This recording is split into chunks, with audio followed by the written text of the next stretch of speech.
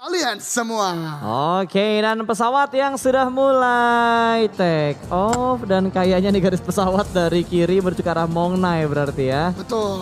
Oke, agak sedikit terlewat tadi garis pesawat ya, tapi nggak masalah. Yang penting kita ngelihat proses drop dari setiap tim. Livescape tidak ada gangguan sama sekali. Kayaknya mereka memperlebar area looting mereka karena ada yang turun di arah tambang, ada yang ngambil ke arah Nakam dan tetap mengamankan Sahmi. Satu garis pinggiran di arah selatan dikontrol penuh oleh Livescape. Yap, di arah bagian barat laut ya kali ini. Udah dikontrol secara penuh oleh Livescape. Dan kalau kita perhatikan secara perolehan poin, Infinity IQ masih menjadi tim dengan poin terbanyak. Dan lagi-lagi Painan, baranya belum padam. HVNB dan juga dari Join Me. One knockdown pertama kali. Satu ke arah HVNB dan harusnya akan ada confirm kill yang dilakukan. Karena HVNB player yang lainnya cukup berjauhan antara satu sama lain. Wah, bahkan di taunting dan digeprek pakai Melwi Point. Yes. Weapon lagi. Weapon. Pakai sickle ya atau Betul. celurit. Wah, yang kedua pun didapatkan. Ini benar-benar sebuah turn back point di mana HVNB di hari pertama cukup mendominasi bagian Painan kali ini. Dideteksi, dipelajari secara maksimal 2 pukulan dalam artian 2 milik kill dari Join Me karena HVNB. Galak banget loh, ini benar-benar dibalikin situasinya ketika 2 kali HVNB menang di Painan. Kali ini mereka dibuat bonyok, bahkan dipaksa keluar dengan cepat. Yo. Mendingan lo cabut bos. Betul. Di Sanok pertama kita lihat masih HVNB bisa nahan ya di bagian Painan. Bahkan Join Me yang cabut. Kali ini HVNB yang dipaksa cabut pas. Betul. Waduh. Gue gak nyangka loh ada turn back yang bakal dilakukan oleh Join Me dengan sangat bagus. Tadi mungkin karena ada satu pemain dari HVNB yang offside kali ya. Betul. Kalau kita lihat biasanya dari HVNB ini cukup taktis. Mereka berkumpul 2 dengan 2. Kali ini mungkin dengan adanya repetitif gameplay yang dilakukan. Join Me sadar dia tahu nih counter play-nya ke arah player mana dulu yang harus di take down. Akhirnya berhasil 2 player dari HVNB dipulangkan ke lobby. Dan pasti ini kerugian banget buat HVNB-nya karena mereka butuh banget poin Jan. Mereka butuh banget poin. Apalagi sekarang di posisi leaderboard mereka masih terjebak di halaman kedua. Di peringkat ke-10 di bawahnya BTR. Berarti mereka udah kehilangan momentum nih. Karena mereka udah kehilangan 2 pemain mereka. Walaupun kita masih bisa ngelihat lah perjuangan yang dilakukan seperti halnya tim-tim lain. Di mana 2 pemain bahkan 1 pemain tersisa tapi masih bisa memberikan totalitas gameplay mereka di sepanjang 1 map yang mereka mainkan. Cuma dengan kondisi kayak gini mereka bakal repot banget, naik ke dikit akan cepat juga ketemu sama BTR. Apalagi tadi kalau nggak salah circle Sunhawk-nya agak sedikit berbeda. 3 kali kita ngelihat circle ke arah barat, sekarang kita melihat circle-nya ke arah timur. Akhirnya Pulau Bravo ya sebagai pulau terbesar.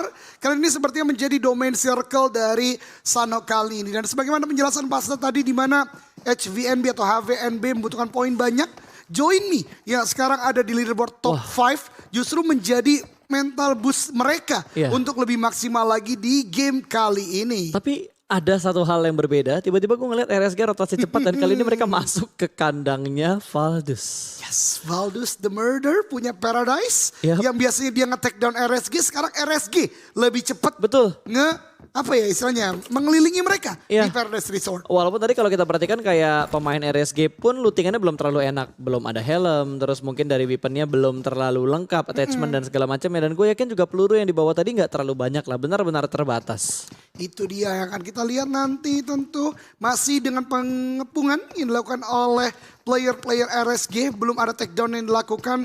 Masih mungkin memetakan di manakah player-player dari Valdus. Karena Valdus pun sekarang menjadi salah satu tim yang menurut gue harus menaikkan awareness-nya lagi. Memberikan atau mengumpulkan poin lebih banyak lagi. Karena mereka butuh itu untuk bisa naik ke leaderboard yang lebih tinggi. Betul. Dan kalau kita lihat dari arah medium map yang terbuka. Di mana ada Infinity punya area yang bebas banget di arah utara tuh kayak daerah utara sekitar 20% dikuasain sama mereka semua. Mungkin dari Livescape kali ya yang agak repot. Karena mereka pasti akan ambil ke kanan kalau kita lihat dari pergerakan mereka saat ini. Atau mereka bakal langsung tabrak lewat Painan. Nggak ada yang tahu juga. Tapi yang jelas cukup berani dan percaya diri untuk Face Clan-nya. Face Clan nge-split 2-2 di mana 2 pemain mereka sudah dikirimkan jauh di tengah-tengah. Ini di sekitar Quarry berarti. Ya betul banget. Ini teman-teman mungkin lihat aset secara logo tim ya. Betul. Tapi kalau kita kerucutkan lagi para player, ini Vintores jauh banget dari Bullshark, MR5 dan tentunya dari Korpai. di mana 3 playernya udah touchdown di sana, sedangkan Vintores ini masih di belakang banget. Akankah sebuah tugas yang tadinya kita lihat banyak digunakan ke arah Korpai untuk mengumpulkan healing prompt, kali ini jatuh ke arah Vintores, tapi movementnya cukup cepat, harusnya pakai vehicle sih dari Vintores itu. Betul, harusnya cepat banget. Sama tadi satu pemain juga Korpa ya, kalau nggak salah tadi dia rotasinya juga cepat banget, berarti dia pakai vehicle. Entah itu bagi, entah itu motor. Bagi ada kan dari sana? Bagi ada. Bagi ada, betul. Bajai kayaknya nggak cepat itu deh. Bajai kayaknya nggak cepat Bajai itu, kayaknya nggak cepat itu cepet banget sih, dia langsung melakukan sebuah regroup dengan teman-temannya. Dan menurut gue ini worth it karena melihat circle yang cenderung ke arah Bravo. Dan di Alpha bahkan kecil banget, ini kayaknya udah bisa dipastikan circle akan ke arah Pulau Bravo. Dan kita lihat kali ini ya, dari Orange, tim yang cukup mendominasi hari ini terpick off oleh KF. What a play, 1 knockdown pertama akan menjadi sebuah momentum yang cukup baik, namun harus hati-hati. Teman-teman perhatikan di bagian minimap, 2 player lain dari Orange cepat tanggap untuk langsung melakukan sebuah setup position. Nin play kali ini menjaga pergerakan dari EVOS dengan tembakan ke depan, 1 hitmark, 2 hitmark, tidak knockdown. What a play, what a placement point dari, placement positioning dari KF yang cukup baik kali ini. Iya. Gameplay harus mundur ke arah bagian belakang. Betul, karena Laser udah nge-flank ke sebelah kanan dan angle-nya cukup jelas untuk melihat pergerakan dari seorang Ninplay. Dan itu juga ngebuat Astro mundur ke belakang kembali. Dan ini menjadi sebuah keuntungan untuk EVOS karena EVOS bisa melakukan reset untuk positioning mereka supaya bisa lebih siap untuk menghadapi Orange yang ada di sekitar mereka. Ini Orange benar-benar berbahaya sih. Barbar banget mereka tuh. Harus retreat sih ini karena open field banget. Sedangkan EVOS tadi kita dengar ada vehicle yang bisa mereka gunakan. Jadi obstacle punya EVOS lebih banyak. Orange menyadari hal tersebut dan sepertinya retreat ya udah dilakukan oleh Orange play. Tapi Laser nge-flanknya jauh banget. Yes, itu dia. Laser bener-bener langsung ngambil bukit seberang untuk ngelihat setup seperti apa yang dilakukan sama tim Orange. Betul, karena kembali lagi ada 1 knockdown, di sana 1 knockout. Kalau mau ada dilakukan revive, tempat dari Laser akan mendapatkan visibilitas yang sangat tinggi ke arah tempat player dari Orange tersebut. Dan di tempat lain, Eagle Esport yang juga hari ini menurut gue bermain sangat luar biasa, mendapatkan player dari HVNB. Menandakan tinggal last man standing, betul, dari HVNB kali ini. Betul, San sudah dipulangkan ke arah lobby dari tim Orange, berarti EVOS sudah memecahkan poin pertama mereka. Dan kali ini Orange mendapatkan sebuah tantangan baru karena mereka cukup dekat dengan FaZe Clan. FaZe Clan, tim yang juga mempunyai tempat yang cukup enak, namun Astro lebih baik secara positioning. Sebuah surprise attack, dapat 1 knockdown, tidak langsung melakukan sebuah confirm kill, mencari yang kedua didapatkan. 2 player terakhir dari FaZe Clan kali ini, bukan.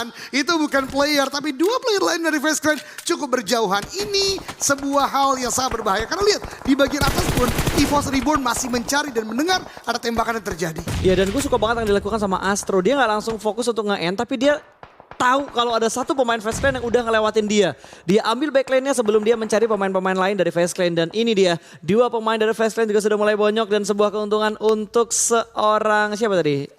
Dari Orange yang ngedapetin 2 pemain dari FaZe Clan. Lumayan, hilang 1 tapi dapat 2 untuk tim Orange. Betul banget, itu tadi menurut gue sebuah disiplin gameplay dari Astro. Kalau gue tidak salah, betul. Dia cepet banget untuk sebagaimana yang Pasta bilang tadi, nggak langsung melakukan kill, tapi ngamanin lagi sekitaran tempat mereka dan benar dapat 1 player dari FaZe Clan lainnya. Ya, dia fokus banget, dia benar-benar ngitung dan juga memperhatikan siapa aja yang lewat di sekitar dia. Karena kan tadi dia nge-prone.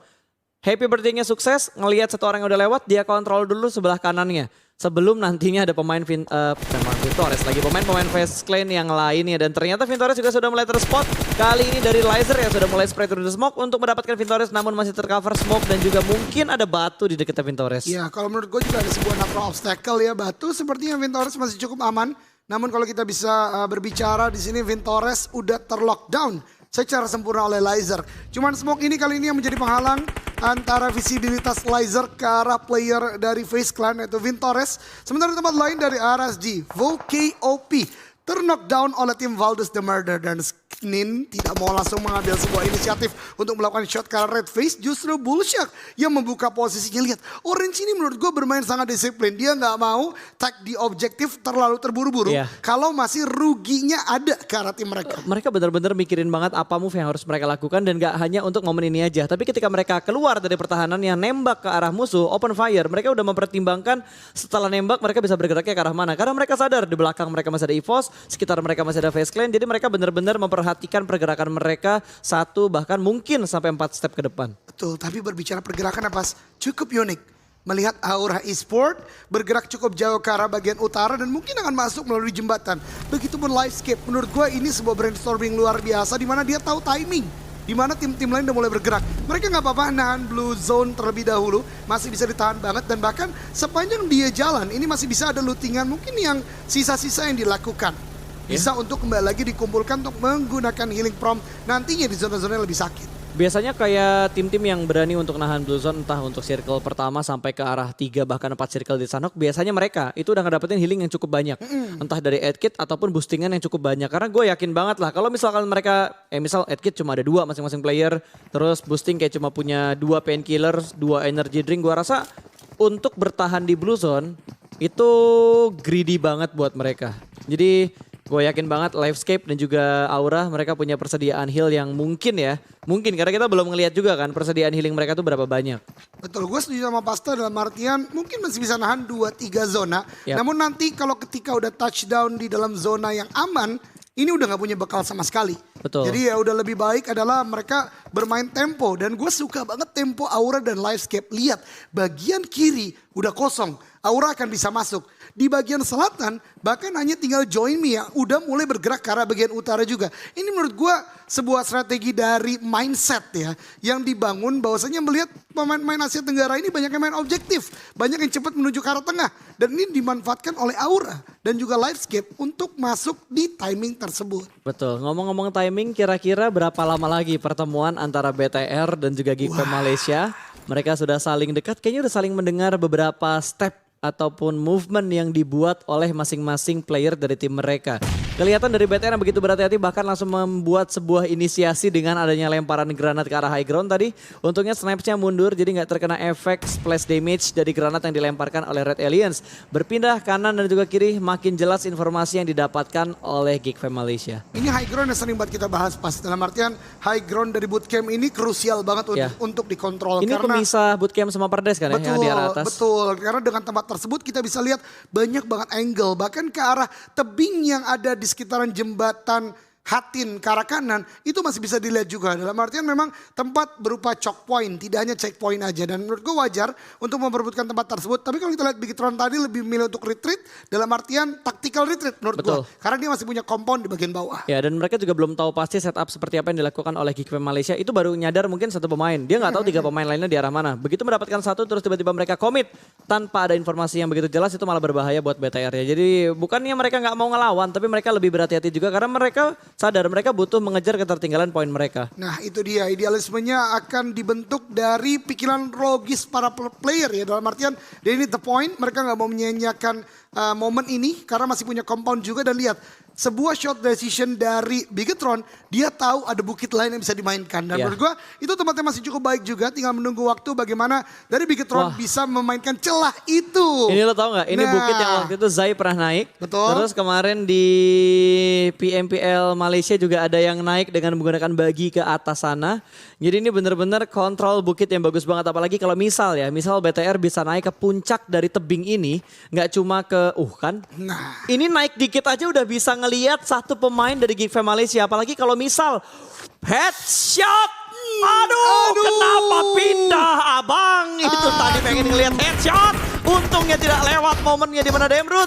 Palanya pecah. Tembakan yang menyakitkan dari 2 pemain Red Aliens. Aduh hai, tadi pemain Red Aliens gue tahu banget tuh dia nahan bertiga. Siap 1, tembak. 2, 3 tapi ternyata melewatkan sebuah momen karena memang tadi Demrut terlalu mepet sama batunya. Jadi begitu kenok, move-nya untuk pindah ke balik batu lebih gampang. Betul, dan ini menurut gue adalah salah satu bukti pro player sih pas. Dalam artian mereka tahu celah-celah yang tidak banyak orang tahu. Di arah bagian rumah ini dia bisa untuk mendapatkan visibilitas yang luas.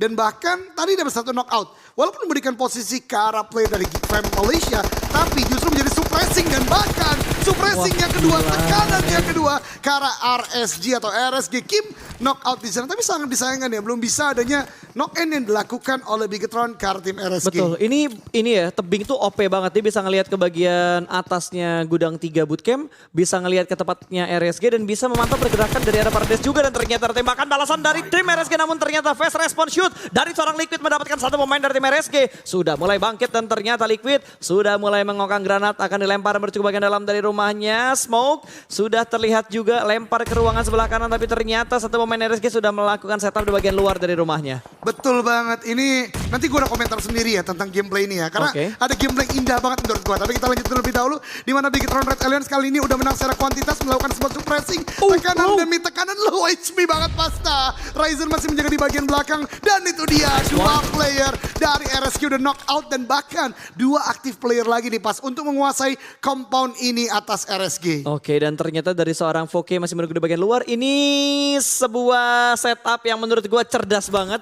Dia ngambil di bagian kolong dari rumahnya untuk memperhatikan celah tipis yang nantinya bisa nembak ke arah tim BTR. Di mana satu pemain dari BTR yang sudah berada di bagian broken wall juga diketahui oleh seorang Voke.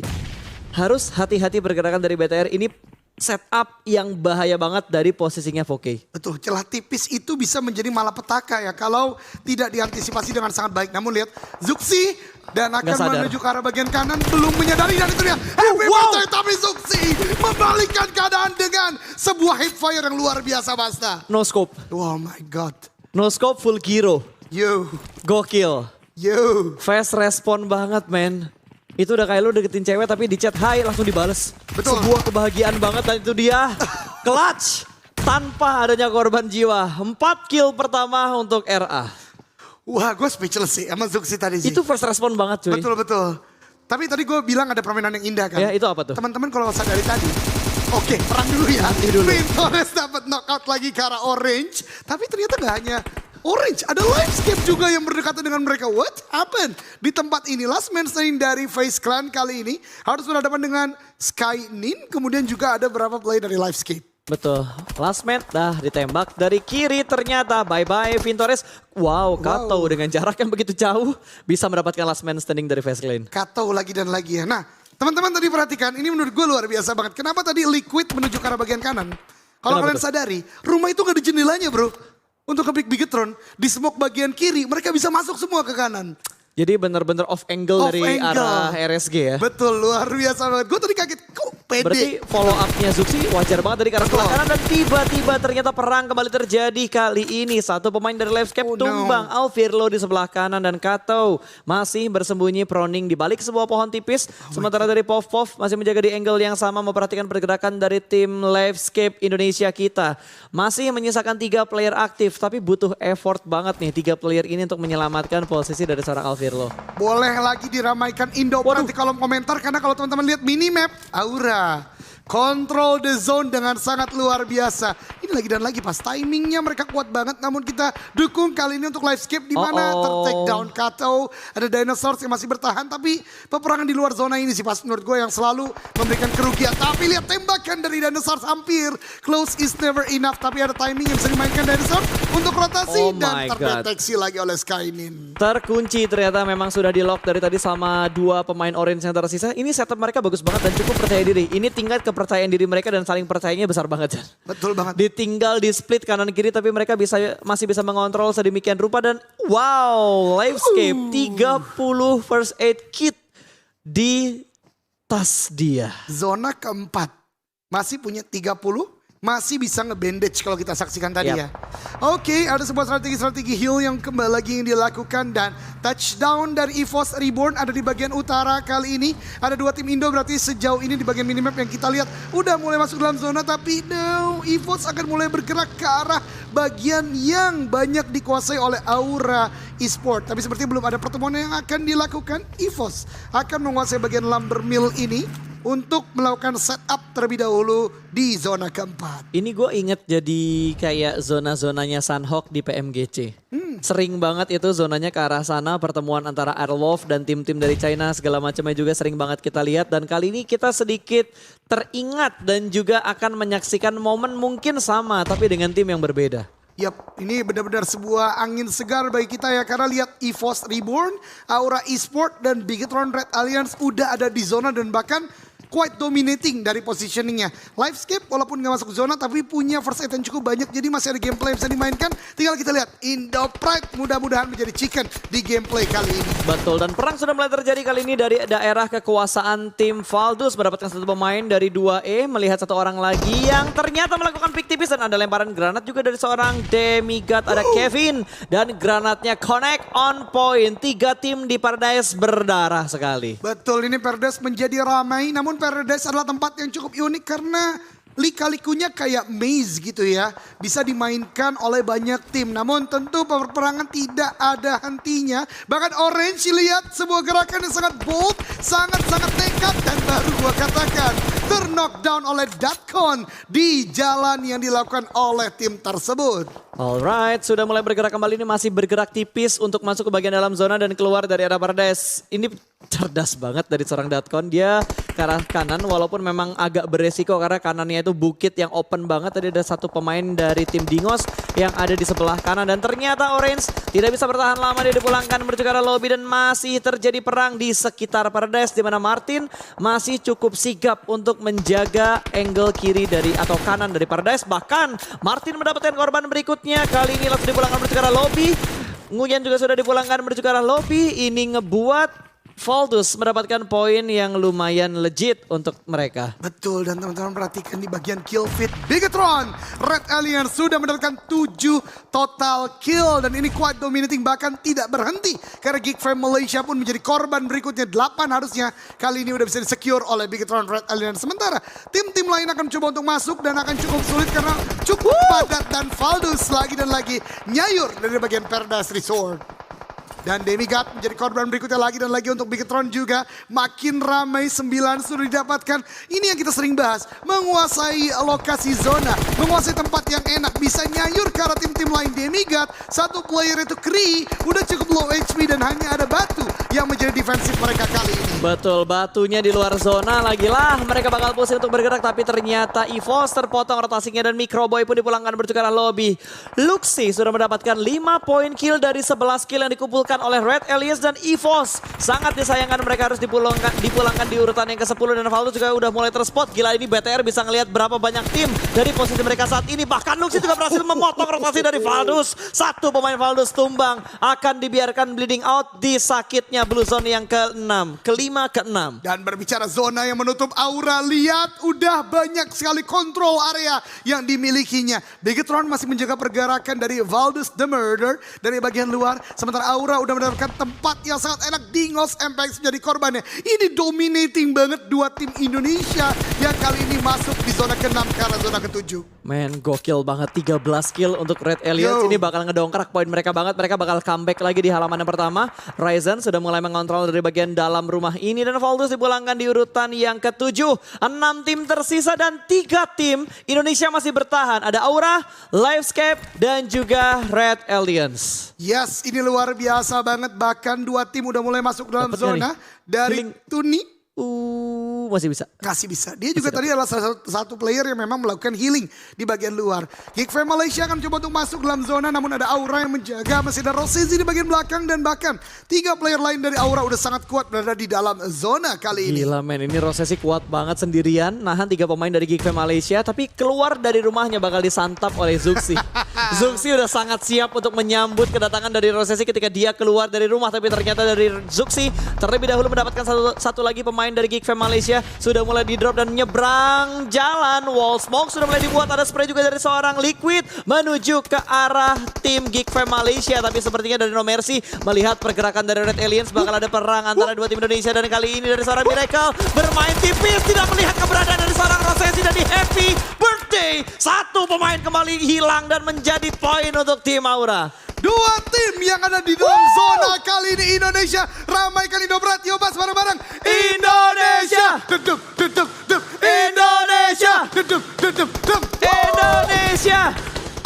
Wah. Damn Roots sudah rata top 2 untuk Indonesia. Sebuah keindahan untuk kita dan Ryzen diamankan aura unggul satu pemain kali ini. Masih bermain di balik sebuah batu, sudah mulai melihat pergerakan dari seorang Liquid. Belum ada pick commit dari seorang No Mercy. Memanfaatkan sebuah timing tapi Liquid sudah berpindah ke tempat yang lebih aman. Masih ada sedikit Free Fire dan No Mercy bergerak dengan memegang granat yang akan dilemparkan menuju ke arah pertahanan dari Red Aliens. No Mercy sudah mulai dimasak, lompat-lompat dan di cancel tapi ternyata Luxi terlebih dahulu melemparkan granat ke arah seorang Rosesi, tapi Rosesi masih bisa menjaga posisinya dengan sangat-sangat baik. Betul sekali. dapat. Nate lagi-lagi ya dari No Mercy. 2 player dari Bigetron Red Alliance ter-knockout, bahkan Liquid yang mencoba masuk juga ter-take down Luxi. The last man standing, sebuah commit push dilakukan oleh Aura. Maju ke arah depan, sangat-sangat luar biasa dari Aura kali ini. Bigetron agak cukup kesulitan. Luxi akan coba dikejar dan itu dia the winner.